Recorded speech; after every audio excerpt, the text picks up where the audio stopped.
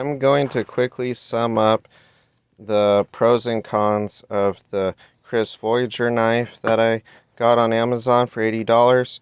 So I do like the grip.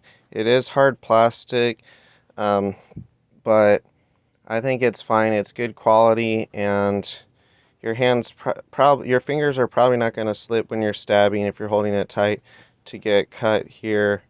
This side is not bladed, single bladed knife, and there is some extra um, inch here that you don't really need unless you're holding it like this, which might be good actually. But it's so that when you close this, to close it, you of course press this button and close it. But to open it, you just push it. I would push it as much as you can, kind of right, like, but do it quickly, and then just flick the wrist. I did it wrong, but yeah, just flick the wrist like that, like a whip, and then yeah, this looks like a really good knife. You can fit in your pocket. I got safety comes first. I shouldn't have done it like that where the blade was towards me, but you may be wondering like,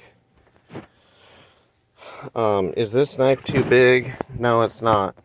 For me, it's not. I barely feel it in my pocket. I have my keys in my pocket too, so it's not even really in the way of that. You can just pull it out, and then there, ready to go.